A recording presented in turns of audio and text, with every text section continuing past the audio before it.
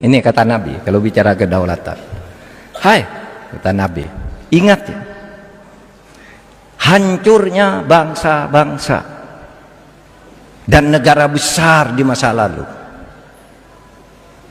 Dulu kan waktu Nabi ada Cina, sampai Nabi menyebut As-Sin, itu sebuah Cina. Di Quran ada kata Mesir, ada kata Sabak, ada kata Rum, Gulibatir Rum, ada Persia yang sekarang sudah besar sebelum Nabi membawa ajaran Islam. Tapi kata Nabi, semua bangsa itu hancur, bangsa terdahulu hancur karena hukum tidak pernah ditegakkan dengan benar. Kalau ada orang besar melakukan kesalahan, orang punya kedudukan, punya harta dan apa-apa melakukan kesalahan, tidak dihukum karena membayar atau karena kedudukannya. Tapi begitu ada anak kecil, orang kecil melakukan kesalahan, langsung kamu terapkan hukum had. Itu yang menyebabkan negara itu hancur. Itu tadi saya dengar di TV, ada seorang mencuri 2 labu. Saudara, mencuri 2 labu, mengambil 2 labu karena ingin makan bersama orang tuanya yang berpuasa. Dihajar habis. Lalu dibawa kantor polisi. Ada di Medan itu seorang ibu karena lapar mencuri jagung anaknya yang ditanam. Oleh anaknya sendiri dilaporkan ke polisi, ditahan. Sementara kita ini laporan korupsi lah, laporan apa, kadang-kadang tidak jalan. Nah itu yang kata Nabi, ingat kedaulatanmu akan hilang. Bangsa-bangsa terdahulu hilang kedaulatannya, bubar.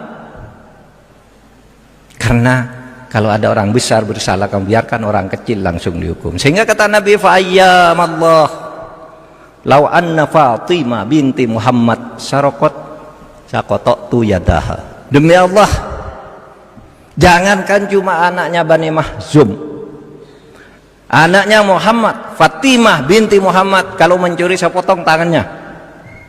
Kenapa harus dipotong tangannya? Karena agar negara ini kedaulatannya berlangsung terus, agar negara ini ada, tidak hancur seperti bangsa-bangsa terdahulu atau hancur seperti bangsa-bangsa sesudah Nabi. Coba sesudah Nabi itu hancurnya bangsa-bangsa besar juga gitu kan. Atau mulailah dari Indonesia. Kita dulu punya kerajaan besar namanya Majapahit, yang konon sampai ke mana-mana, ke Asia Tenggara, Malaka, Madagaskar, Filipina dan seterusnya itu dikuasai oleh Majapahit. Tapi ketika ketidakadilan muncul di antara para pangeran, berebut kekuasaan dan saling fitnah, yang bisa menghukum orang hukum sembarangan, yang tidak bisa, hancur Majapahit, muncul kerajaan Islam, Demak. Hancur juga ketika terjadi perang antar pangeran, muncul kerajaan Mataram Islam yang besar, pecah juga. Saudara, negara itu adalah sebuah konsep organis seperti manusia. Dia bisa tumbuh lahir, bisa panjang umur, bisa mati muda, bisa sampai tua sekali. Ada orang mati umur 6 tahun, mati umur 17 tahun, mati 30 tahun, tapi ada yang sampai 100 tahun.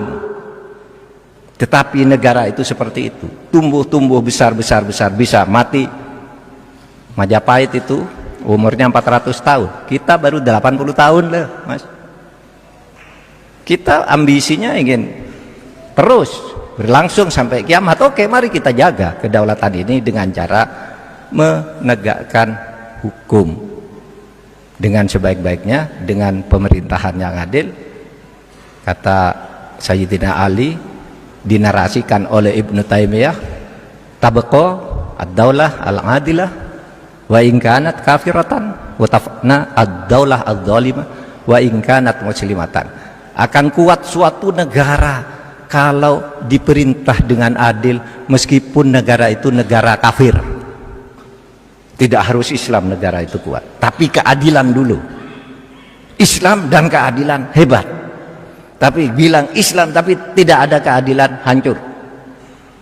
Coba lihat negara-negara Islam pada hancur. Negara-negara yang tidak Islam seperti New Zealand, Denmark dan macam-macam yang indeks persepsi korupsinya bagus itu adil. Watafna